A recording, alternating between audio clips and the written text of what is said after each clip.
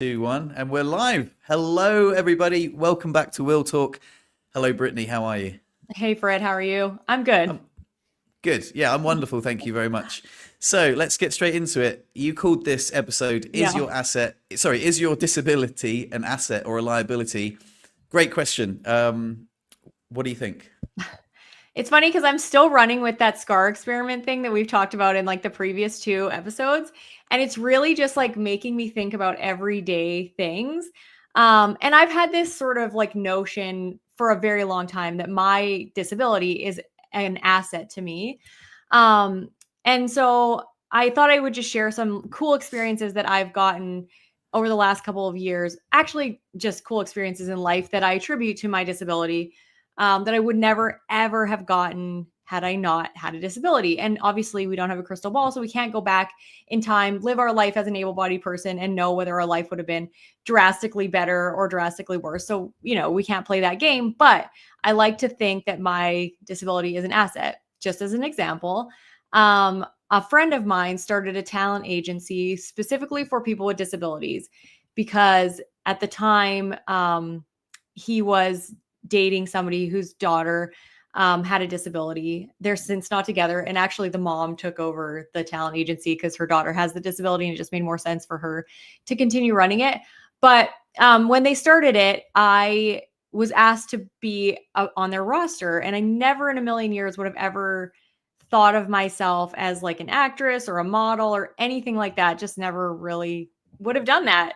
It wasn't in my sort of like repertoire of things that I thought would be in my future. And so I was just like, I'm kind of awkward in front of like the camera. I'm kind of not photogenic at all, which if you see pictures of me, it's terrible. Like I have to really try to not look like total crap in a picture.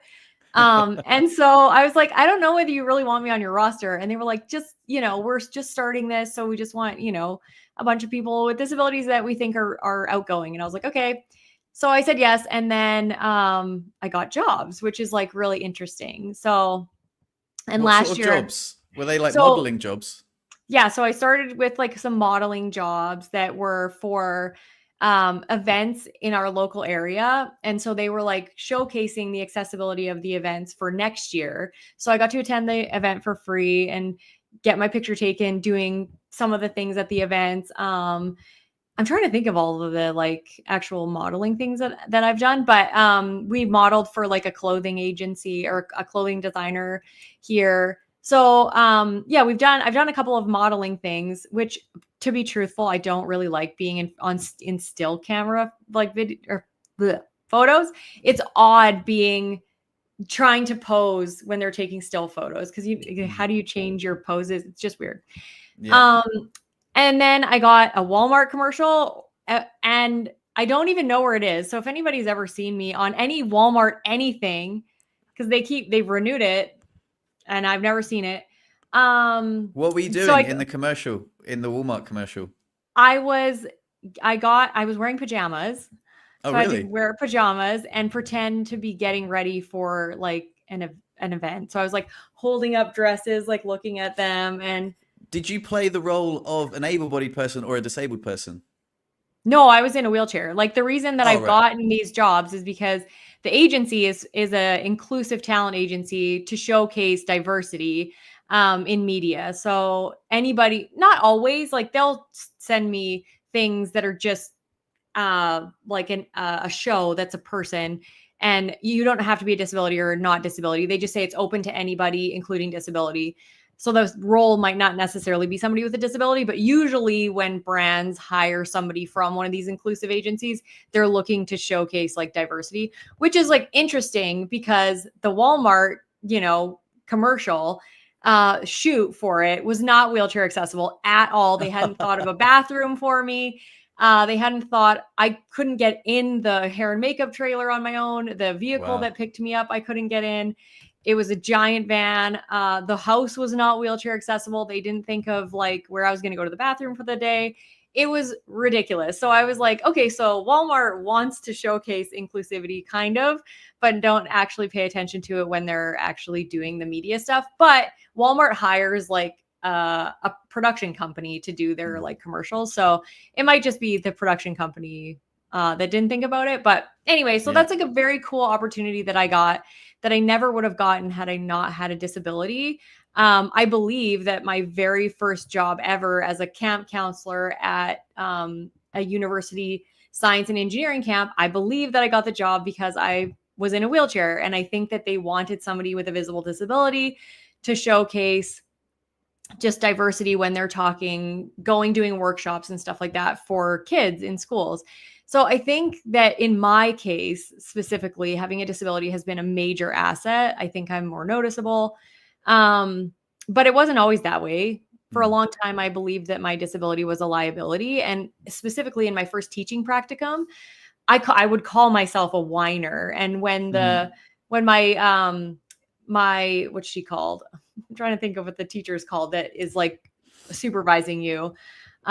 She sat me down and was trying to explain how when I was writing my own assessment, I was pointing out all of the ways that my disability was a liability instead Ah. of saying how I would be overcoming these, like, this might be something that I would find difficult, but here's all the solutions that I found for it.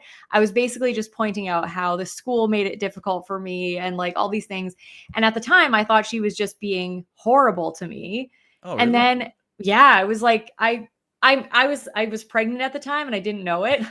So I might have been slightly emotionally Oh, unstable. there you go. But yeah, so I wasn't always, seeing the world like I see it now. But once I started to believe that my disability was an asset, I started experiencing that. And I think that's what the SCAR experiment was trying to explain, that whatever you believe is what you're going to experience. And whatever you choose to believe is the thing that you're going to see out in the world. So, Mm. yeah, in my case, it's been an asset. But I wanted to ask you the same question to see if Yeah. there were times that you believed it was a liability, and has your perspective changed? And then maybe people could weigh in the comments too to talk about whether they believe their disability has been a major liability in getting jobs or things like that. So, Well, I think I want to probe a little bit further into yours first before I oh, go into okay. mine, because you say that your disability is an asset, but do you think that it's been both? Like, do you think at sometimes it's opened up opportunities for you, and some doors it's closed? Do you think it's been Yeah. both? I definitely think it's been both, especially like in like the film industry kind of thing.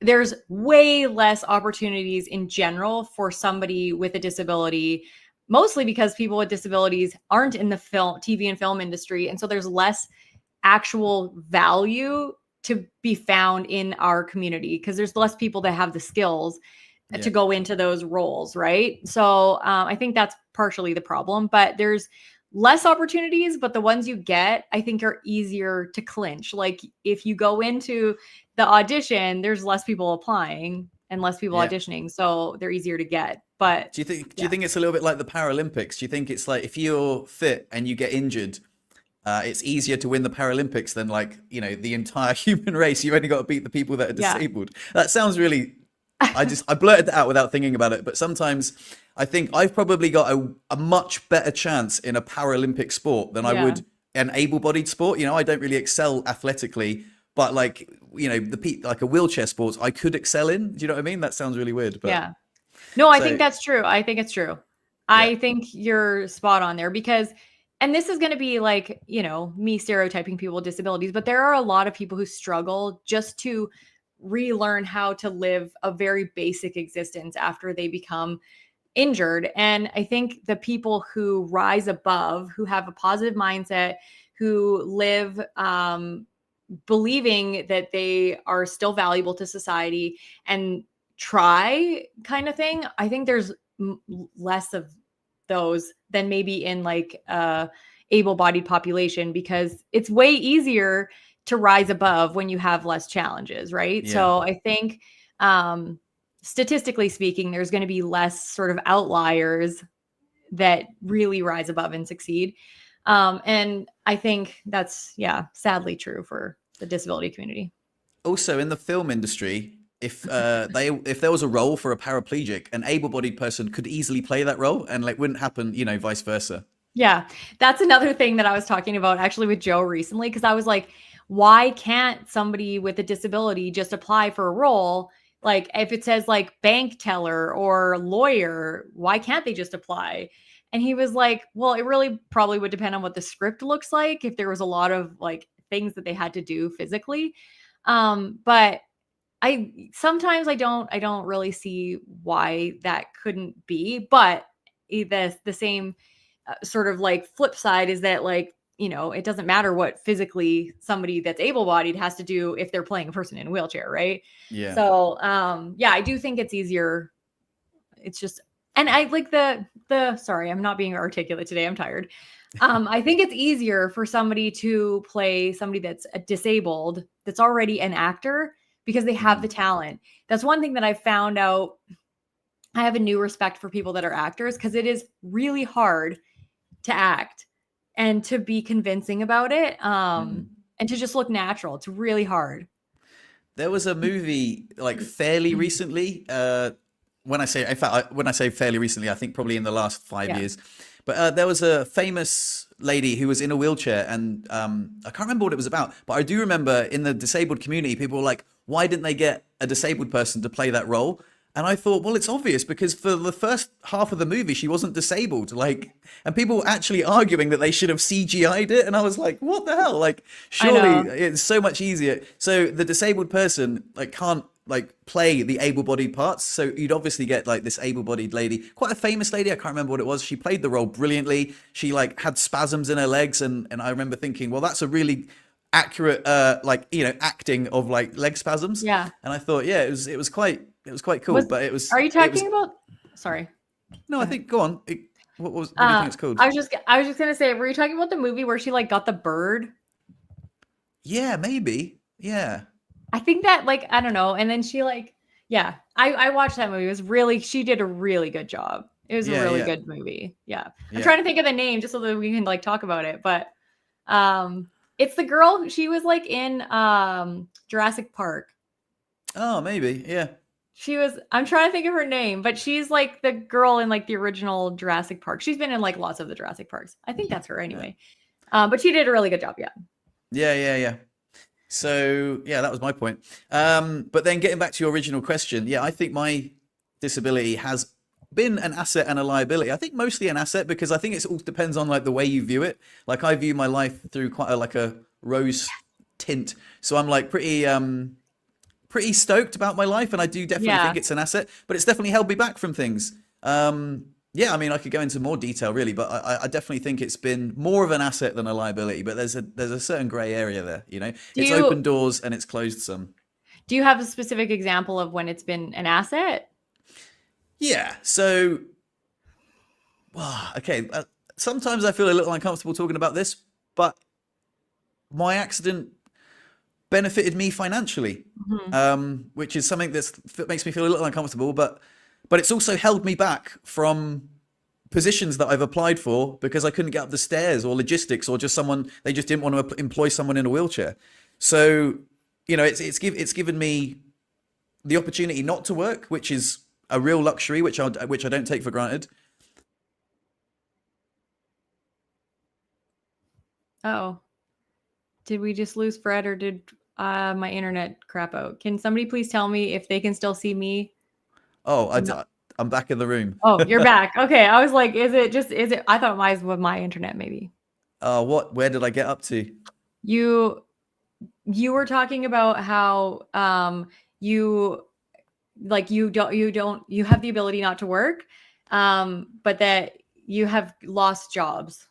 Yeah. So basically, to sum it up, I feel like I've almost like hit early retirement, which can be a gift and a curse. It's like, the government give me money, which is I'm really grateful for. It is really nice, but there are certain opportunities that aren't available to me anymore.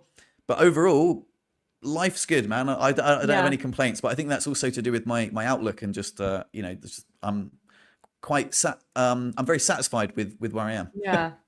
Yeah, and I think that's I think your perspective of whether, or anybody's perspective of whether your disability is an asset or a liability is the extent to which you are satisfied with the parts of your life that you can still participate in. Do you know what I mean? Because there's some people that might not be satisfied with the areas of their life that they still have the ability to participate in. Maybe they have shitty relationships, or they don't have a lot of family support, or, the hobbies that they used to have, they're really struggling to find new ones. So I think those of us that have some sort of semblance of self-identity that still remains, and that can allow us to feel gratitude for the parts of our life we can still participate in, I think maybe it's easier for us to see our disability as an asset rather than those people who have lost so much of their identity and are really struggling to build it back up, and all of the things that, they were satisfied with that they could do, they've kind of lost. And I think that's partially anybody. Like I'm more satisfied now and feel that my asset or my disability is more of an asset now, the more confident I've gotten as a person with a disability, the more capable I am as a person with a disability. Because for years, like I said, I've talked about this a lot on my channel and in other things. I couldn't do anything for myself for 5 entire years. Like I couldn't pee, I couldn't transfer, I couldn't dress, I couldn't do anything.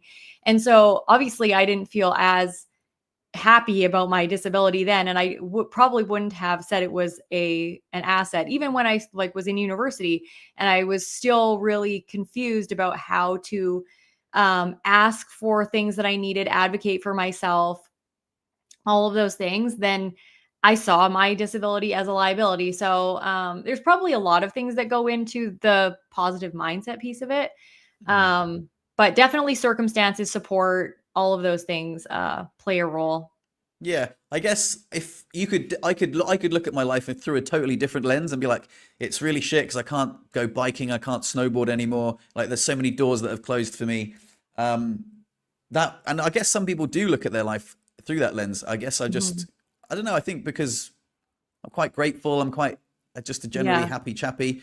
Yeah, it's just, and also I think it would be different if I was struggling in a different way, like either like financially or like mentally, or, if I had, or physically, even more physically. Like, I have to also admit that my disability, I've come to terms with it so much. It's like a breeze now. It's just my everyday life, and people still think of me as an inspiration, and I've overcome loads of stuff. And although I do admit I've gone through a huge period of personal growth, which I wouldn't give up, that was really great. It's just every day now, like when I my new normal is just dealing with paralysis.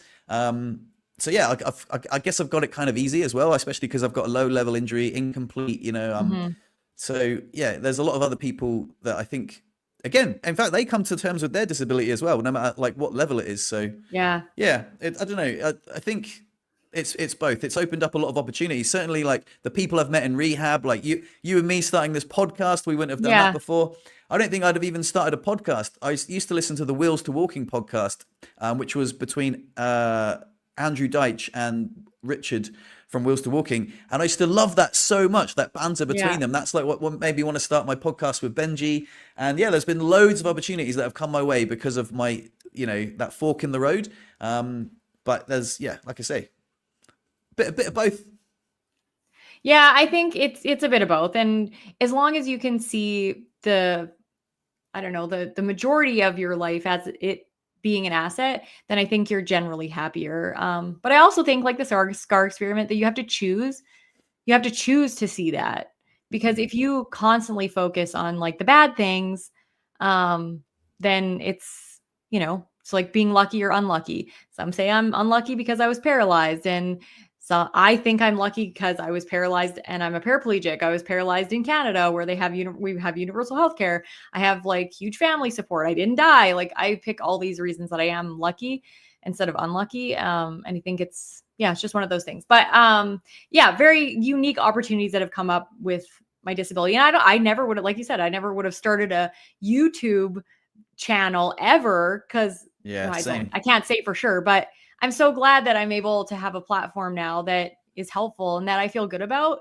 Because there's plenty of people that I think start platforms, but I feel like my social media feed as well. Like, I follow loads of people with disabilities now. So like, I like wheelchair stuff, and it's like really interesting because before I didn't really know much about wheelchair stuff, but now like, you see like a certain wheelchair and you're like, oh, that's a cool wheelchair, and like all the toys and stuff. So it's quite an Yeah. interesting community to be a part of. I never thought I'd be in the disabled community, but it's nice to feel part of a community. I guess that's maybe a little bit more, little harder outside, just being a regular able-bodied person.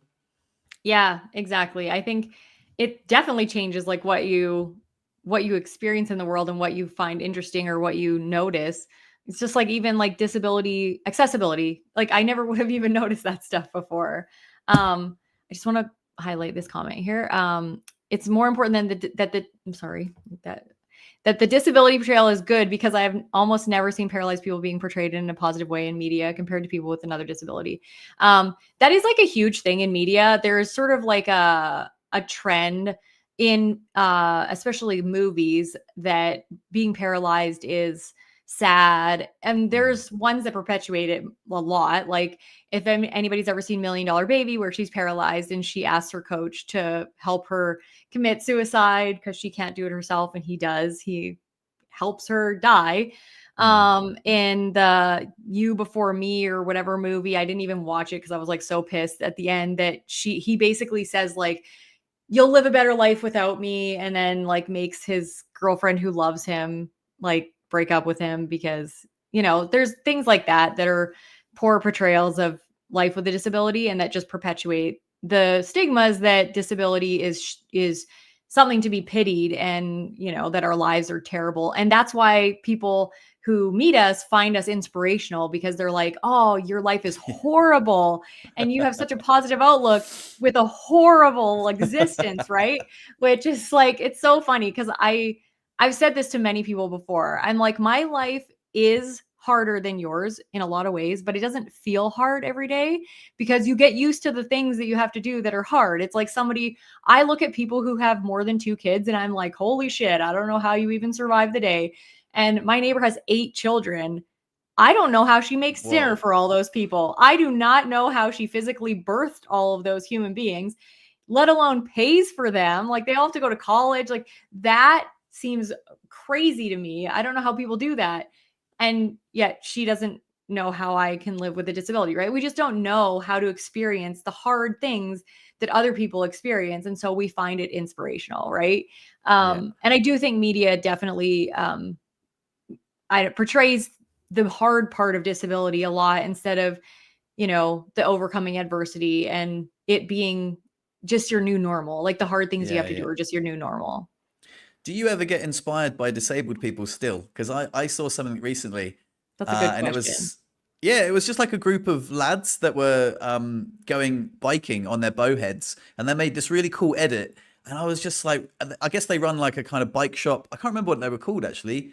It was on Instagram. I was like back on Instagram and on the scroll, and I was like, "Wow, these guys are cool, man!" I was like, I really digged it. I was Yeah. just like, "Oh, they look like such a cool bunch of lads that I'd love to hang out with and go biking with."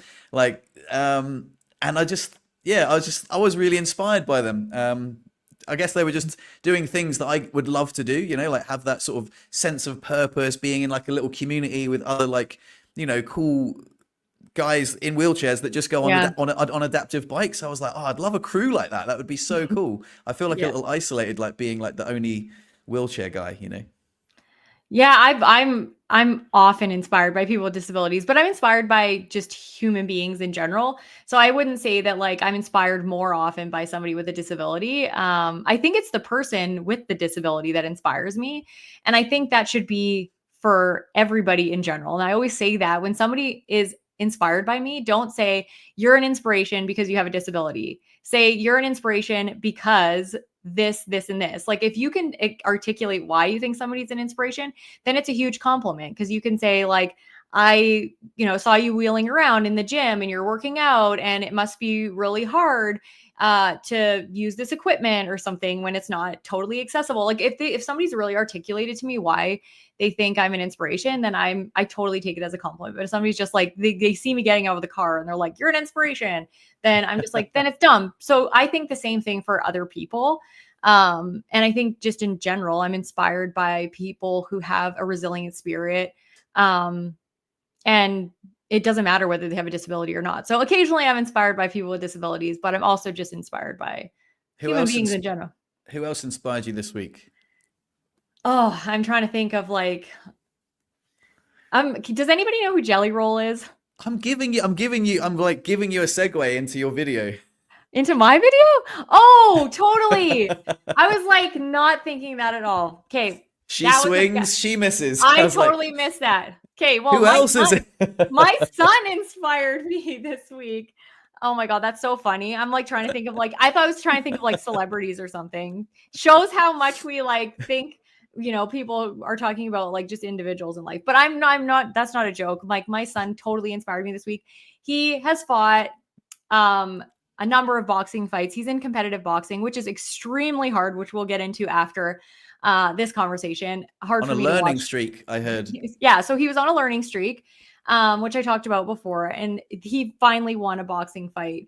And it's like amazing to watch your kid fall down, get in the same ring again, literally like get punched, and just do it all over again. And it's so cool. So I actually have a little video here to show you guys sort of what his boxing fights look like, just so that you can see what I have to experience. So I'll add that. And he's in the blue. Oh, he's in the blue. Can I play this? No. How do I play this? I don't know if I can play it. Oh It's a dear. video. How Oh, did you add the videos? I just added the video.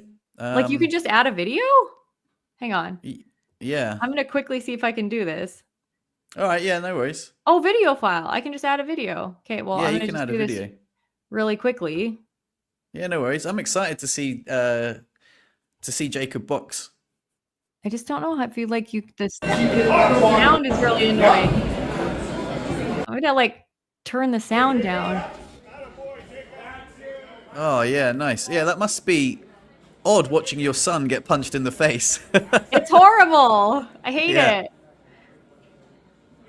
Does he win? He wins, yeah. Oh, nice. Does he win on points or does he knock him down? He wins on points. Yeah.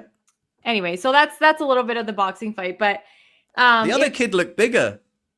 the other kid was taller, not necessarily yeah. bigger. That they have to be within 10 pounds of each other, otherwise they can't fight in the same weight class. But the one thing that's really interesting with boxing is you can't, like, the height doesn't matter. So somebody could be really short and stocky and heavy, and one person could be really tall and thin, and they still have to fight. So it's interesting Yeah. watching kids that are different heights, because the short kid has less reach. So in order to get close Oh, enough to yeah. punch the person, they have to come within the strike range of the other opponent. And so but once the other short kid gets in, then the guy with the long reach can't punch anymore because his arms are too long. So it's really funny sort of watching the dynamics of the boxing fight. But anyway, yeah, like it's inspiring to see anybody in a combat sport. I thought I would hate combat sports, and I really still get stressed out about it because you see people get hurt, right? Not badly, obviously. There's points that they're trying to gain hitting or landing the punch certain places, and they can't be like dirty. If they do something dumb, they'll get disqualified, and there's a doctor there. So, but you still see people bleed and all of that stuff. And after the fight, they just like hug, like these two guys that were right before Jacob's fight. They were punching so hard, and like they looked like they were going to kill each other. And then they were so tired by the end of round 3, and the bell rang, and they just like fell into each other and were like embracing. And I'm like, what is this? Like they were just killing each other. And then they're like, oh my God, that was such a good fight. And I'm like, It's so weird. But yeah, it's super inspiring to watch. You should watch Conor McGregor versus Nate Diaz. Yes, yeah. They batter each other for like 15 minutes, covered in blood. They're so tired at the end, and then they just hug it out. And yeah, it's crazy. Like it was a wild fight. But do you watch UFC at all? Not really. I used to watch it like way back in the day. But yeah, I don't really watch it now. You'd be happy that Jacob's just doing boxing and not like MMA. It's like absolutely brutal. And they like change the rules now. Like they changed some like really important rules now that I think are really gross, and it just makes it a more violent sport. So yeah, I don't watch it for I just like think it's violent. I think it's more violent. Like boxing, Yeah, of uh, course. it's That's the thrill of it, Brittany. As a man, you're like, oh my god, these guys can kick each other, grapple each other, choke each other out. You know, like knock each other out, and then just repeatedly punch them in the face while they're on the floor. It is wildly entertaining. It's like, yeah, it's like watching a car crash. I love it. yeah, it totally is. And I used to, like I said, I used to watch it. Um, but I have a hard enough time watching my own kid. You should have seen like I shake so bad when I get adrenaline like running through my body. The way it metabolizes it is through my muscles. So some people they like have diarrhea or something. Some people metabolize adrenaline through their intestines and some people through their like skeletal muscles. So I'm Yeah. always just like shaking until his fight's done. And the fight right before him was those guys that were like brutally beating the crap out of each other. Such a good boxing fight. Like they were so great. But I was like just shaking. My face was so red. Like my mother-in-law was there and I was like, is my face red? She was like, a little bit. You're like beet red. It was crazy. But yeah, I don't know. And I'm like, I have PTSD. Like, this is the other thing that I wanted to talk about with the fight. I seriously am like, I try my best not to let my fears about my injury and other people's injuries that I know sort of cloud my view of like what my kids should be allowed to do because honestly, like I know somebody who was paralyzed skydiving. I know somebody that was Mm, paralyzed by a rogue wave in Africa. I know somebody that was in like a motorbike accident, a dirt bike accident, a ATV, like a quad accident, car accidents, work accidents, tobogganing. Like I mm. literally know so many people in wheelchairs. And it's really hard for me not to let all of those like what could happen freak me out about what probably will happen because Yeah. you know I don't even I always go to Jacob's fights because I'm like scared that something's going to happen. I missed one fight when I went to that piano thing Mm. that we talked about a while ago and I was so stressed out the entire time because I was just like what if Really? he gets hurt? What if he gets hurt? And so I'm trying to not let that be a part of my parenting, but it's super friggin' hard. Yeah, I guess it must be your natural instinct as a parent to protect your child and yeah, letting them do things that you want them to also live a full life, you know. You're entitled to do boxing. You should be able to, you know, if you want to get punched in the face, that's your choice. But at the same time, you're like, "Oh, that's, you know, I gave birth to you. I've invested Mhm. a lot in you, mate. So take care." Yeah, I can imagine that must be a bit of a challenge. It is. It's like pride and fear at the same time. Like I'm so proud of Jacob for doing that. Jamie was in competitive cheerleading last year too, and she was a flyer. So she was like getting thrown up in the air and all Whoa, that stuff. And so really? yeah, so How I'm did that like, make you feel? no, not good. I That's was worse than more, boxing. yeah, I would think I know. And it was like, yeah, it was just my kids always seem to pick like the craziest crap to do. Yeah. Um, I can it's just imagine really seeing hard. your daughter get thrown in the air. You'd be like, "Oh my God, like, don't drop her," you know, like that could Yeah. be, yeah. And Oh, yeah. she Yeah, go fell on, a few sorry. times. I was just gonna say she fell a few times, and I was always like, "Oh my god!" But she was always okay. Changing the subject slightly, I've been on Insta, I've been back on Instagram on the scroll, and Mhm. they've been putting videos up of like people dying. Like, have you seen that? Like, No. yeah, it's like this page only posts people dying, and it's like they'll have like someone doing like a motocross jump or something Oh my really bizarre, and then god. they'll just like, and then it'll just say RIP, and I'm like, what the hell? This is Instagram. I like it was Oh so my weird. god. Yeah, yeah. Why? I don't know, but it was really weird. And like you see people falling awkwardly, and then their like limp bodies just like go away, and you're like, oh my god, like that's gross, man. Like this is Instagram. There's no like, you know, this is going to be violent. You know, do you want to see graphic content? It's just here you go in your face as you're scrolling. I was like, oh. So yeah, Oh, it was pretty gross. That's why yeah. like when I think about like like dropping a child on the floor, it makes me think of like the weird things I saw. Like when you see like limp bodies like rolling, like you're like, oh, gross. It's Ugh. like it's a bit more visceral, like because normally we're shielded from those graphic like Yeah. scenes. Oh, that's really weird. Yeah. I think I have like I don't want to see any of that stuff. Like I watch things on like sex trafficking and stuff, and now I'm like ruined for life because I make Jamie text me when she walks to school, like the minute she gets to school, like, are you at school? And I'm always like, don't walk in the back alley. Like, I'm just like so freaked out about that stuff. And then you hear like, I just was like listening to a statistic in the United States that like 392,000 kids are missing and thought to be Whoa. like taken across the Mexican border for like sex trafficking and child trafficking and stuff. And I'm going Jesus. like, oh my God. So like I hate listening to that stuff, which is why I hate the news. I hate any of that stuff. And like Joe always thinks that I'm like just like putting my head in the sand and ignoring all the things that actually exist. But I also know like my level of tolerance for that kind of stress inducing information and how it's going to affect my life. And especially when you don't have any, you have a level of control. Obviously you can mitigate risks in certain ways. Like I tell Jamie, don't walk alone down a back alley or something. Always stay in a area where you're visible and all that stuff. So you can mitigate those risks. But like at the end of the day, how do you control every little outcome in the world? You don't.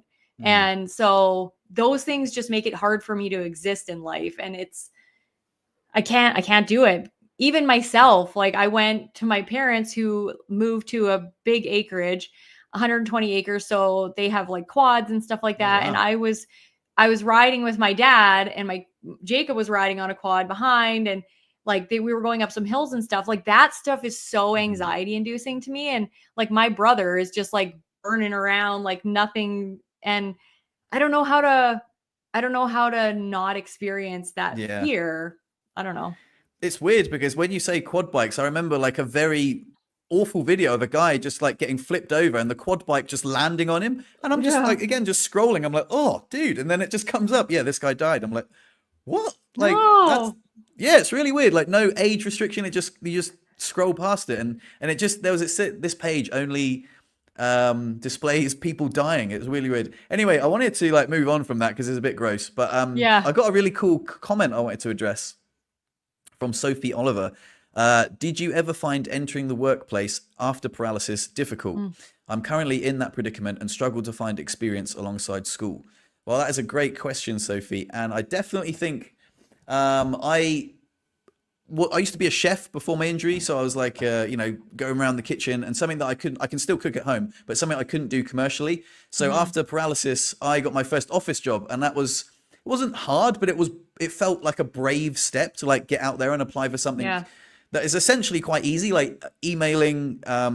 I work for a transfer company, so they do transfers to and from the airport. It's replying to emails, answering the phone, stuff like that, and it's a really lovely little work environment, and it's something that's quite rewarding, and I really enjoy it. But was it hard?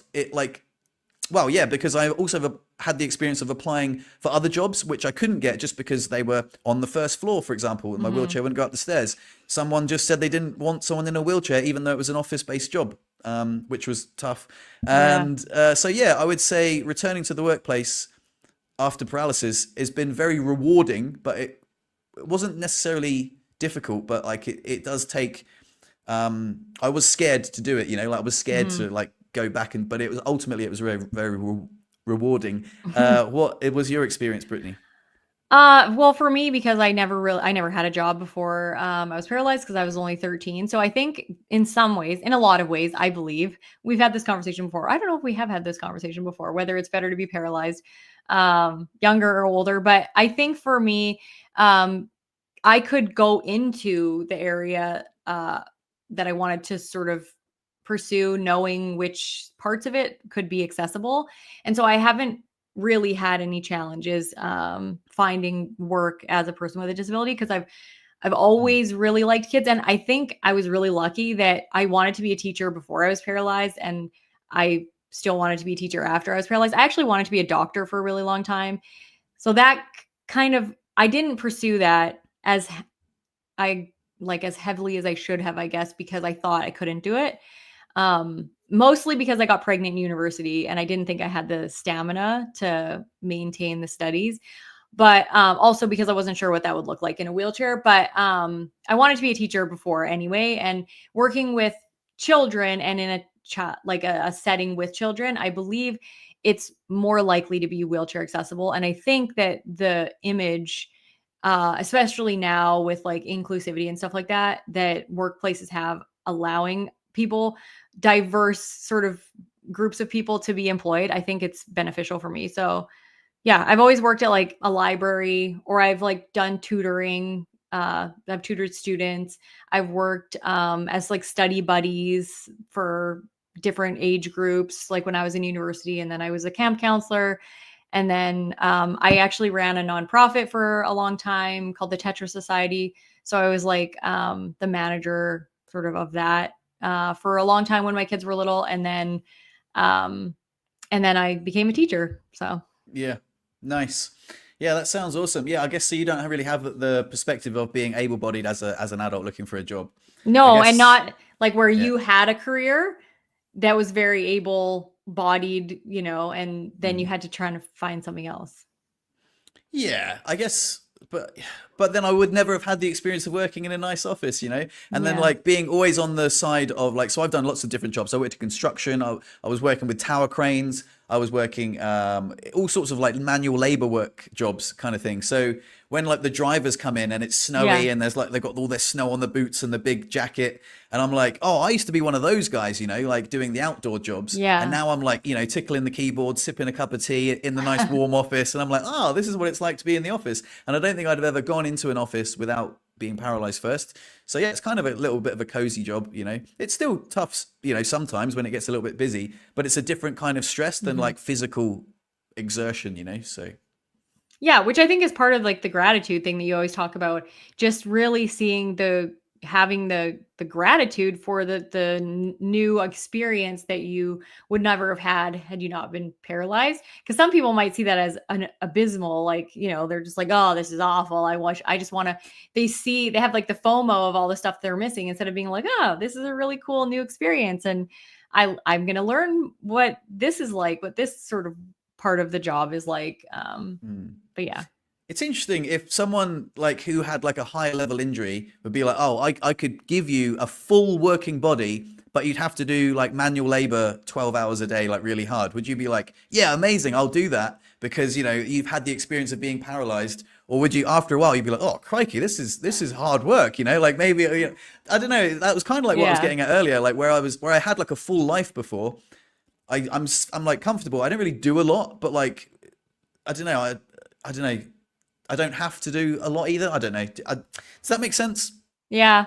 Yeah, I totally get it. It's hard to know what your choice would be if given the choice, if that was even a possibility, right? Because Mm, at this point, you don't think about it, you just accept what you're still able to do and do it. But if somebody was like, you know, you could go do this like physical thing, would you take it? I don't know. I have a really hard time with that because I really enjoy my life. And even though there are clear challenges and barriers that I face in society and in my own life, I don't know that if I had the choice, I would ever trade the life I currently have for one that I don't know. Do you know what I mm. mean? Yeah. Yeah.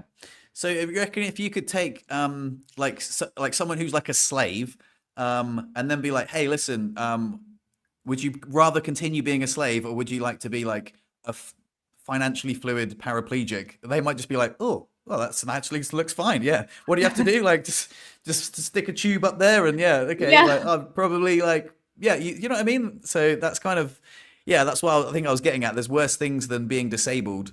You could be Mhm. able-bodied and like, you know, be well. I mean, that's actually really obvious. I don't know why. Yeah, but anyway. Yeah, definitely. I definitely think like with anything there's levels and there's a scale of what people experience with paralysis. So some people might have a horrible life with paralysis and some people might have an easier Mm, life. We live in countries that obviously value um inclusivity and things like that. So I don't know whether our experience is always the same as other people's, but it's hard to know what that mm. choice would be. And I guess there's lots of different factors that would go into the choice, right? Yeah. On that Yeah. note, I wanted to update everybody on the baclofen Mhm. situation. So, as you guys know, that are regular listeners of the podcast, I've been weaning off of baclofen, and so far I've got down to 40 milligrams a day from 120, Mhm. and so far it's been going really well. Like no extra muscle stiffness or spasms. But then this week, particularly, 40 milligrams seems to be the point where I'm getting a lot of tight muscle stiffness. And I think when a lot of people think about spasms, like more so like outside of the community, they think like involuntary leg movements that like kick Yeah. out. But what I suffer with the most is just chronic muscle stiffness. It's like my legs have rigor mortis, like when they go out like that, and it kind of like runs up my trunk as well. So it's like my lower back, I can't sort of bend forward very well. And when it Oh, kind of like attacks, it's just like it's like being tased. Imagine like just yeah. someone's like and you're like but it's just the lower body. So that muscle stiffness, that constant muscle stiffness has been like elevated this week in particular, and it's been little challenging to deal with. And it's like I've I don't know if it's to do with the baclofen, because like I said to you before, sometimes my spasms are just bad, whether I'm on 120 milligrams or whatever. So but this week they do seem to have become quite noticeable, like very very very Yeah. stiff. So I'm going to continue on another week of 40 milligrams, just because I don't want to put myself through any unnecessary Hmm. suffering. But yeah, other than that, it's going really well. I have a friend that's like that too. Her leg muscles will just chronically like clench because her leg isn't moving. Like it's not like Mm. spasming like that. It's just clenching. So her thigh, and she has one side actually, like one side of her obliques that's chronically just like tense.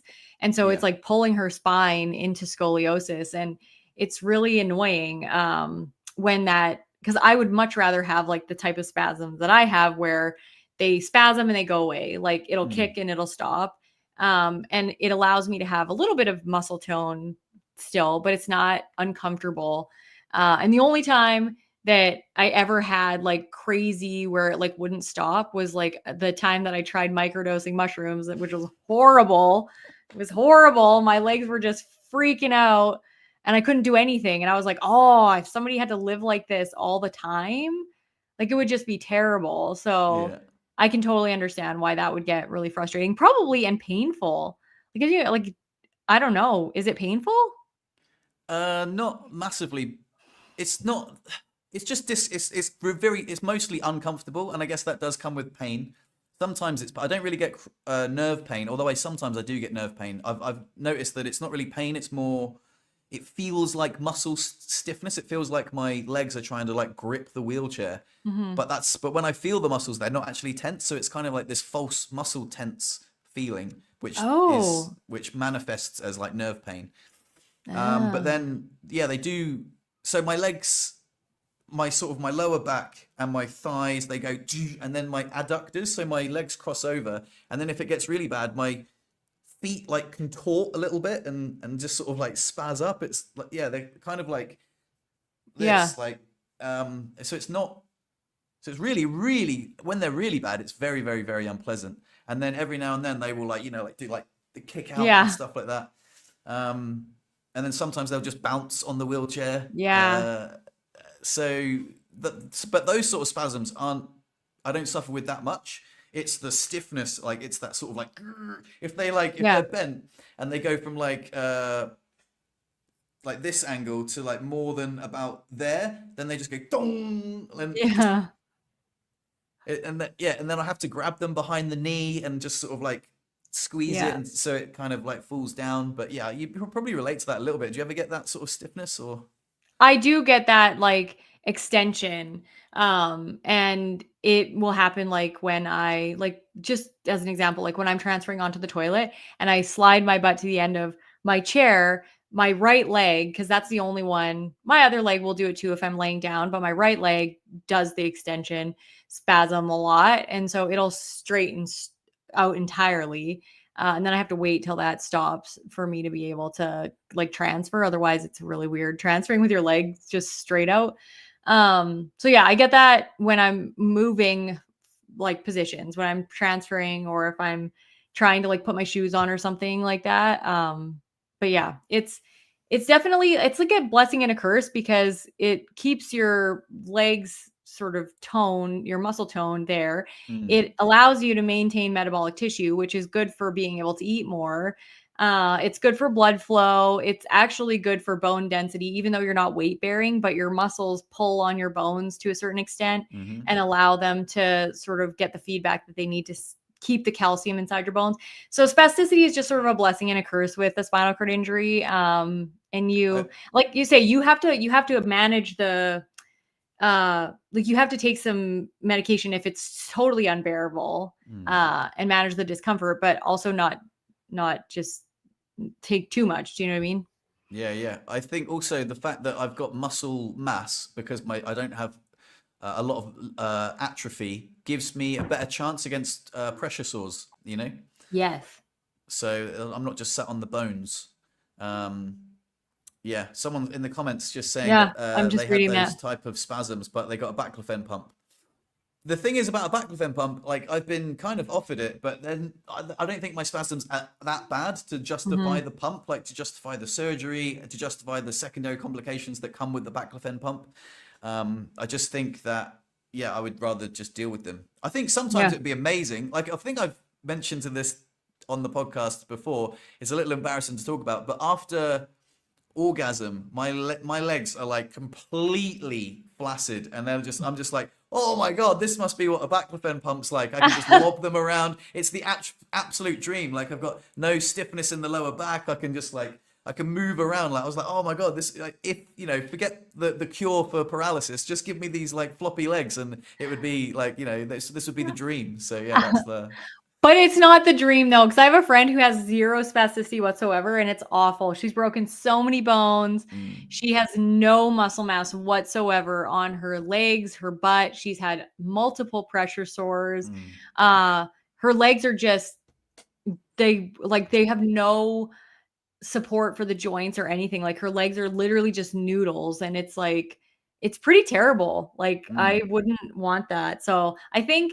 like I said, there has to be a balance. You have to take enough medication that you're comfortable, but you can't take too much that it's taking away all of the benefits of the spasticity kind of thing. You just have to make sure Yeah, that it's at the level where you're not going crazy, right? It's like people yeah. that don't take bladder medication, like that stops their bladder spasms, and that like just pee On that themselves all note, day. my bum's wiggling like I crazy. know, I saw you. I was like, you're peeing more than I normally do. I went How before often we started. did you? Yeah, Do you drink coffee in the Oh no, it's not even the morning for you. It's in the evening. Oh, that's yeah. interesting. Yeah, normally in the morning I drink a lot, so I pee a lot, but for some reason I'm okay this session. Normally by the end of it I have to pee a lot. Okay, well I'm just going to go through here talking about some of these comments. Thoughts on Neuralink. I think in theory Neuralink is awesome. It's like a Wi-Fi router for your brain to your paralyzed parts. In actual practice, I think it's a little scary. I definitely don't want to volunteer to be one of the guinea pigs. I would. Would you? Oh, hell yeah, that would be amazing. I'd love that. I'll let you do it, and then once it's safe, I might do it. I don't know because like Have you my seen legs the are the guy who did it? no. Oh, Tell he me was on a about it. podcast. He was on Joe Rogan. So I listened to him on the podcast. He's like a high level quad, and he plays video games with his mind. It's like really Oh, cool. He's like, yeah, it's like he says it's amazing. Like it's very intuitive. So all the brain. but he's not paralyzed? No, he's fully paralyzed. Yeah. Oh, but the Neuralink wasn't to like help him not be paralyzed? The Neuralink is to help him operate his computer. Mm.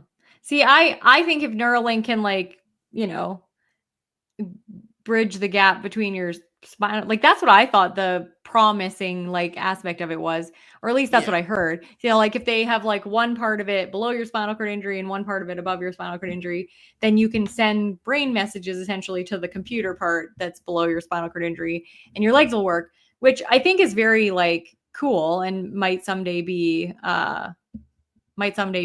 a thing that could cure paralysis. But like I said, I'm gonna wait for all the kinks to get worked out. So my thoughts are what you're talking about is the neural shunt, and I think that's what. So they put Oh, one up here, and then they put one below your injury, and then they use Bluetooth to like send the yeah. signals. And I think that is a really promising thing that I think is going to help. But this guy, it's like the early version. It's the first ever human trial. I can't remember what his name is.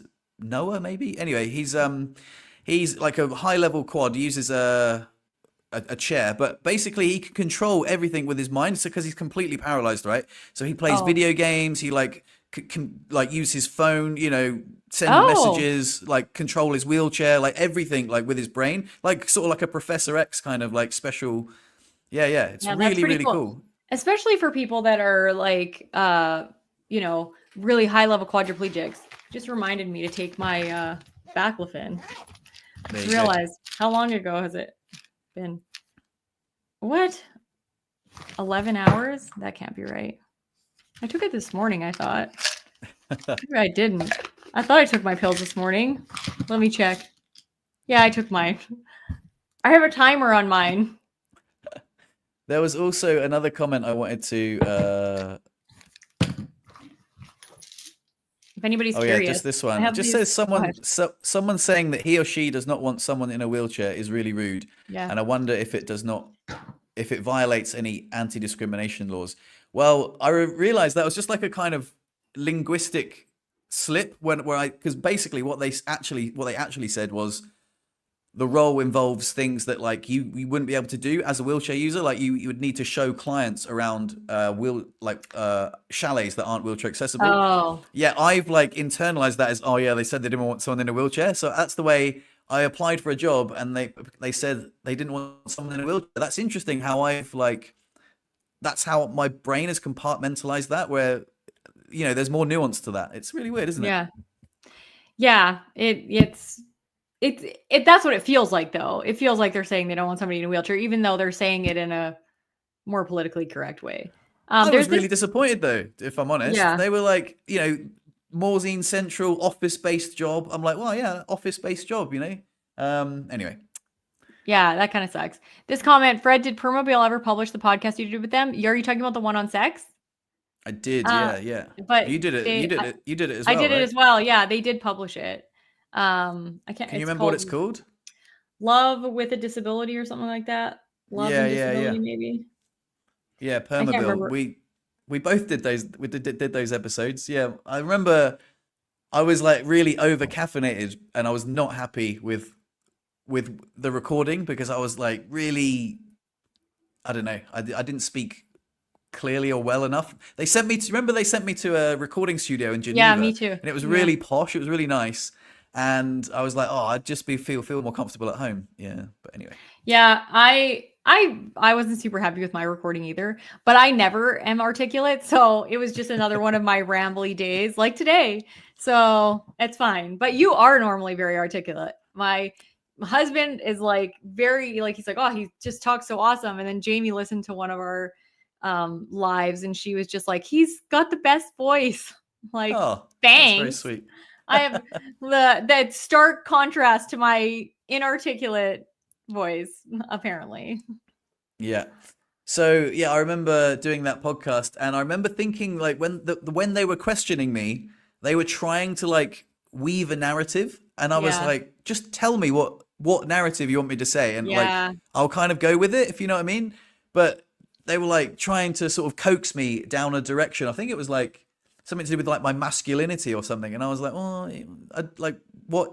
I don't know. I was just really confused, and I remember listening back and like, oh no, that was awful. Ugh. So I don't ever like brag about that I've been on that podcast because I don't really like what. And also, it's very very personal. Like the stuff that I was talking about was very intimate. So yeah. Yeah, they definitely wanted to like dig into like the most intimate parts, which is fine. But yeah, it was interesting because like I definitely felt like they were like they had like a story they wanted to tell, but I find that's from being in the show Push. Like it's very show businessy. Like they'll come up with a narrative, they'll pick people that they think, can highlight parts of that narrative. And then they'll interview them or they'll ask them to be on the show or whatever. And I find that that's a lot of time what happens when a show is produced like in advance and then they pick specific players that they think are going to be able to like be on certain teams. Oh, this one talks about like this, and they probably cherry picked our content for those narratives, but Hmm. yeah, not I sure. felt really flattered that they asked. Did you feel that way? I was like, oh yeah, I was like, I've been picked. I totally did. And it's like a big brand. So Yeah. I thought that was cool. Speaking of brands, I wanted to ask people, I don't know how many people are watching, 32 people are watching, but the brand that I did the bath chair review for, they invited me to to host a giveaway over Thanksgiving, and they have a bunch of different products. So I thought I would ask you guys what would be the most useful product to give away. They have bath chairs like the one that I was using. They have lightweight electric scooters. They have foldable electric scooters. They have lightweight electric travel wheelchairs that are power. They don't have anything. They do have a manual wheelchair, but it's crappy. Like it's not one that somebody would use. It might be something somebody would use that wasn't in a wheelchair full time. But so yeah, if you had to pick between like a lightweight foldable scooter, a bath lift chair type thing, they have walkers too, or like a lightweight foldable electric wheelchair. What would you choose? If you just weigh in the comments, then I'll see if there's any preferences. What would you And then choose? I was going to go with the lightweight, like foldable travel power chair, because I know that power chairs are 400 pounds and this one is like 69 pounds or something like that. Like it's really light and it can fold up, it can go on an airplane easily. And I have some friends that need power chairs that use these travel wheelchairs and they're really life-changing. So that's the one that I was going to go with because I thought it would be the thing that somebody might get the most use out of. But it really depends because if somebody likes taking baths, then, you know, the bath chair might be, but the electric wheelchair is also, you know, a more expensive giveaway kind of thing. So, but they said they just said like, which one would you like to give away? So I was like, oh, I'll just ask, but it doesn't look like anybody's weighing in. So I'll just pick, but, yeah, they can listen. A lot of people listen after the live. Yeah, so. Totally weigh in if you're listening to this after. Oh yeah, lightweight electric foldable wheelchair or scooter. The last thing that I want to talk about, and I want to talk about this just briefly because I messed up my shoulder exercising and trying to do too much cleaning the basement for Jacob's birthday party. So I wanted to ask you your experience with like dealing with chronic pain and how that relates to your physical activity, fitness, sort of all that stuff. And I read this quote recently that said, you can either be fit and in pain, or you can either be unfit and in pain. So I've been using that lately to maintain my level of workouts and physical fitness. Cause whether you're in pain or not, it's way better to be strong and have pain if you're going to have pain anyway. So I wanted to ask your opinion on that and see if there's like a level for you or where that line is. You're talking about shoulder pain in shoulder general? Pain, just chronic pain in general. Like if you're have back pain, carpal tunnel, tendonitis, like I've dealt with all of that over the years, neck pain, shoulder pain, and how you balance physical activity that's going to maintain your strength over the long term, strength and mobility, and then, you know, not kind of overdoing it. That's a good question. Like I get shoulder pain in this shoulder, and then but it was in this shoulder. Like, but I'm lucky enough that I get to see a physio like quite often. Again, another asset, you know, from my disability. And to be honest, living here in France, I get to see a physio very regularly. So yeah, I'm just like, oh, this shoulder hurts, and then it got better, and now this shoulder like hurts a little bit. So but I try not to overwork it. Like I go swimming very regularly. I was swimming just before I came on air, which was nice. I go to the gym, so I lift weights. I do like resistance work. So I try and like build a lot of muscle. I've got a hand cycle, but there are certain activities which I find hurt my shoulder, and I try and avoid those. And one of them is actually pushing the wheelchair long distances. I find that is like something I try to avoid. But like other than that, I can do it, but like I'm just like, oh, you know, it's a different kind of pain. You know, when you're like lifting heavy weights above your head, you're like, oh, I'm getting stronger. Whereas when you're doing this for ages, you're like, oh, doesn't feel like, you know, like it's not like the right type of burn. You're like, oh, this feels like I'm doing my shoulders in rather than yeah. So I can think basically just try and recognize, you know, like to pay attention, like listen to your body if you're doing something that's that you feel like is damaging your shoulders. Stop it, and then you can do like lots of exercises like with resistance bands to strengthen like specifically the rotator cuff, which is a really important muscle, which can be like the weakest one in the shoulder. So yeah, I think just shoulder care is really important. I don't know if that answered your question. It does answer my question. I was just curious what your sort of take on that was and how you experienced that. But I really loved that quote that, and it was about aging. So it was about being old and being in pain, because they basically said you can be old and strong and in pain, Oh or yeah. you can be old and weak and in pain, and you're going to be in pain either way. So you may as well be strong and in pain, right? And I was like, oh, that's such a good quote for people in wheelchairs, because I know so many people who, to save their shoulders, they don't do a lot of the things that are actually going to maintain their strength and mobility.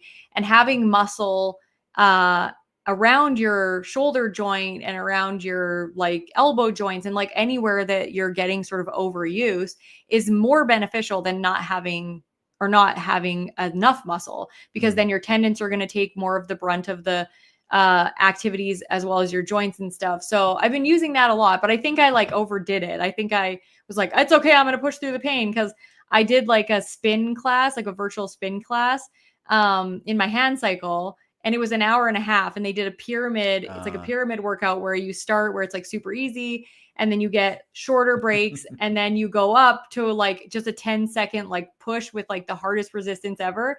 And at first I was like, ooh, my shoulders, like, it hurts a little bit, but then it like loosened up. And then I think like I had so much adrenaline that I couldn't feel any pain whatsoever. So I was just like, yeah, this is awesome. And then I woke up this morning and I was like, I can't move. It was like terrible. You sound like the classic person who's just got a gym membership. They go in the gym like, yeah. They go mad. They're like, yeah, this is sweet. No muscle soreness. And then the next day they're like, ah. That's exactly what I was like. At the whole time, I was like, I think I need to work out more. Like, it's Also, just, like, because you're in a spin class and they're like the spin, they go, "Come on, let's go, let's go," yeah. and you're like swept up in the group's energy, and you're like, "Yeah, let's go," and then the next day you're like, "Shit, no, I should have taken it Yeah. easy." I know. It was like it was not good, but I should have stopped at 45 minutes, because you can stop at the top of the pyramid. Like when you've hit the hardest part, you can stop.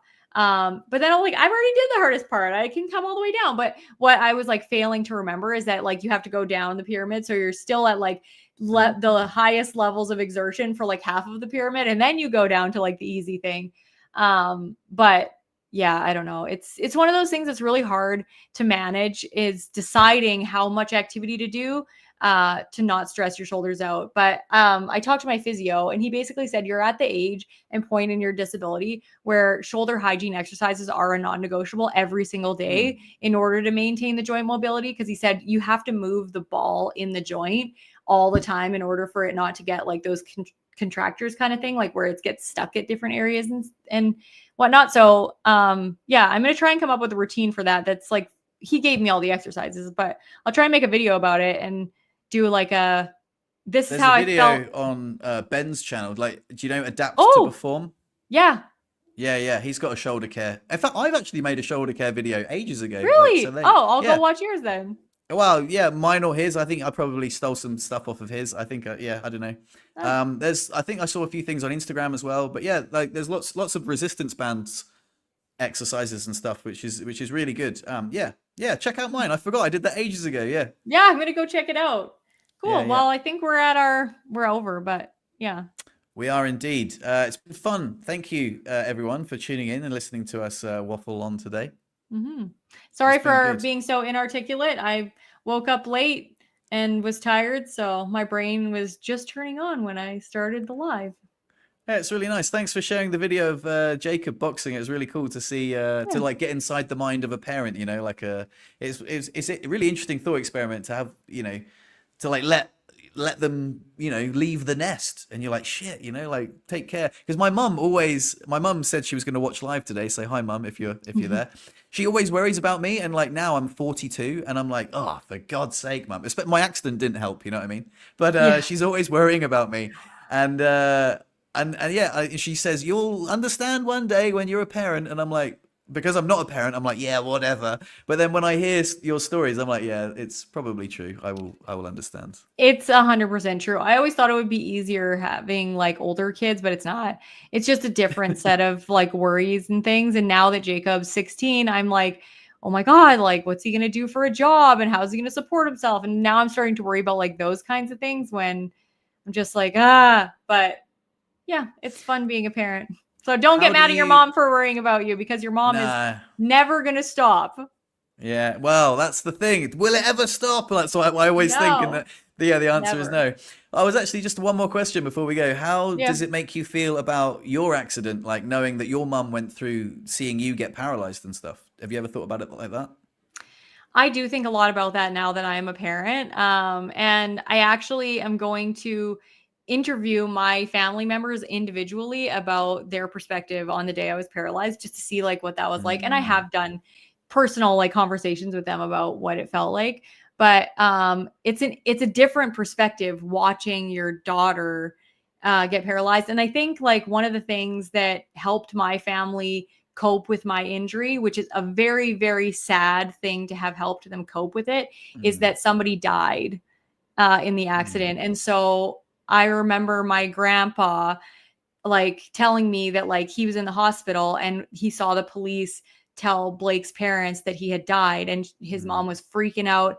And he said, like, I just had to know whether you were alive or dead. So he just got up and like walked into like the emergency room area and saw me on all these monitors, but the like it was like beeping and my heart was beating and stuff. And then he came out and was like, she's alive.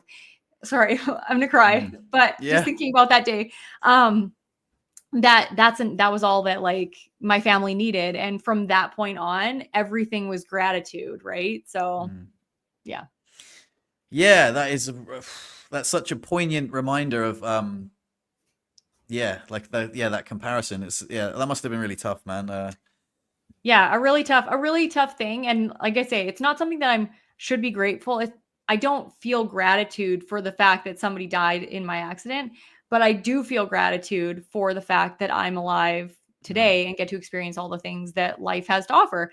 Um, and I remember like that is something that keeps me going on a daily basis, is that like I get these challenges. I get mm, to have them. So yeah, I think for my mom, that was part of her ability to cope and be like, "Oh my god, I'm so glad my daughter's just paralyzed," right? yeah. Absolutely. Yeah, that must have helped a lot. Wow, Yeah. what an interesting. Yeah, that's very My interesting. my anniversary of my accident is coming up in less than a month, so No way. That video will be good. I tell you what, like doing that video of like that'll make a great, all those interviews side by side. yeah, and I'm not sure how I'm gonna piece it together because I haven't really thought about how I'm gonna like piece all the interviews together, but I Oh, definitely I've got an idea for you if you want. Do you remember the video that I did? It's called Through the Lens of Friends, where I asked all my friends and family the same four questions, and then I edited it together creatively. So it's like, like I think it was like, Hmm. how do you know me? What's your favorite story about me? Where were you when you Oh, heard that's about my such a good accident? idea. That's a And what great do you think idea. about me now? And there I love were, that. yeah, it's a really great video. It's one of my favorite videos. I did it when I went back to Southampton for my 40th birthday. So it was my 40th birthday, and everyone was in the park. And throughout the week where I was at home, I Yeah. interviewed loads of people, and then I stitched it all together. And it's a like for me, like it wasn't very popular, I guess, just because I've got a small channel, like, but for me it was like a beautiful video that I crafted, and I made it a gift for my mum's birthday as well, which gave me motivation to edit it because I was sat on the footage for so long, and I was like, I've really got to edit that together. I'll do it for my mum's birthday, and it was just such a lovely, like, warm-hearted Yeah.